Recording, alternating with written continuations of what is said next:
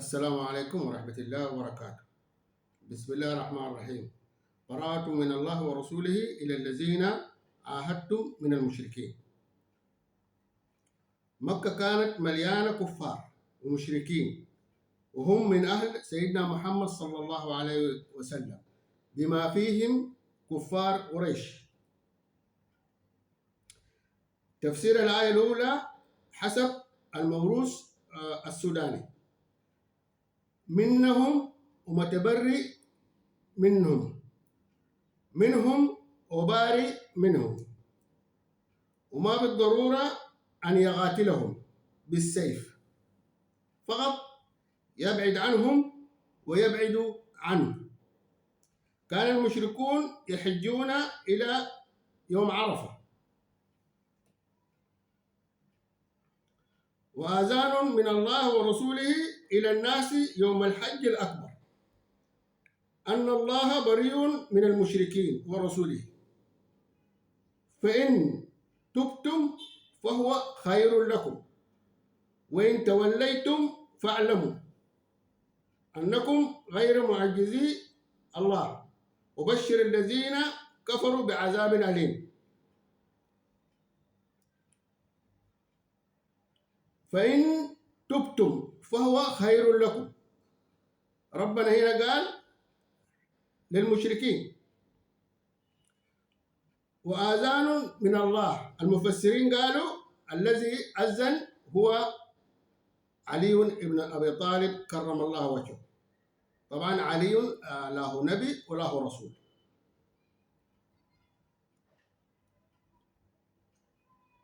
طيب، استبعد المفسرون الرسول من الآية وجاءوا بعلي بن أبي طالب رضي الله عنه، وكذلك فسر المفسرون: وأن خفتم عيلة، بأن تجارة المؤمنين مع المشركين سوف تندثر بعد هذا العام، وعلى المؤمنين مقاتلة المشركين وأخذ الجزية منهم.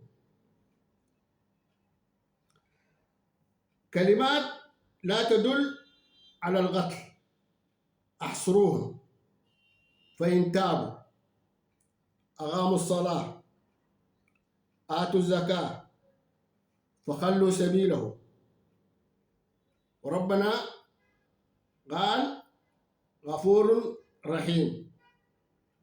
فإخوانكم في الدين قاتلوهم يعذبهم الله بأيديكم.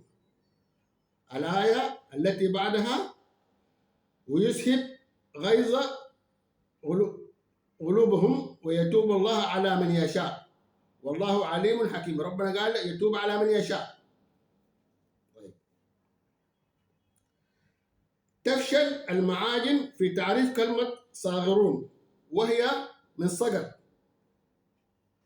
وهي عملية تساكن الشيء مع الشيء، والكلمة غير موجودة في المعاجم، ولكنها موجودة في الموروث الثقافي السوداني.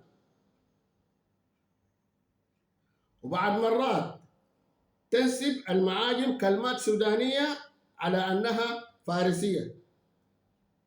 أنا متأكد وما عايز مغالطة. بعد ظهور الدين الجديد ظل الناس يتوافدون على المدينة، وما معروف هل المدينة هي المدينة أو مكة هي المدينة. وصارت المنطقة تعرف باسم سيدها محمد رسول الله صلى الله عليه وسلم، أي يعني صار حارسا وأمينا وشيخا على المدينة. وهل هي المدينة أو مكة غير معروف. ربنا قال خذ من المؤمنين صدقة، وأخذ قال للرسول طبعا، وأخذ من المشركين والكفار جزية نظير الحراسة والأمن. توسعت دولة المدينة، ولا أجزم أن كانت هي مكة أو المدينة. بعد ما توسعت المدينة تحتاج إلى إنفاق، ولذلك وجه الله رسوله لحث الناس للإنفاق على دولة المدينة. وبعد موت سيدنا محمد صلى الله عليه وسلم تم استخدام الآية استخداما سياسيا. طيب، بالنسبة للمهاجرين والأنصار، أكيد هاجرت أعداد كثيرة من سكان مكة إلى أفريقيا، وعاد معهم أنصار من أفريقيا، وكذلك في طريق العودة إلى مكة انضم لهم أنصار كثيرين.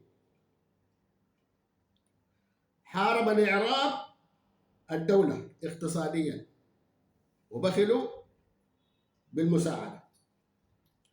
وفود تأتي للتعرف على الدين الجديد، ووفود تذهب تغادر من مكة إلى أصقاع الدنيا للتعرف بالدين الجديد، ويحتاجون إلى نفقات وإنفاق. لم تسقط نقطة دم واحدة بين المشركين والكفار والمسلمين. لم تسقط نقطة دم واحدة بين الكفار والمشركين والمسلمين. والسلام عليكم ورحمة الله تعالى وبركاته.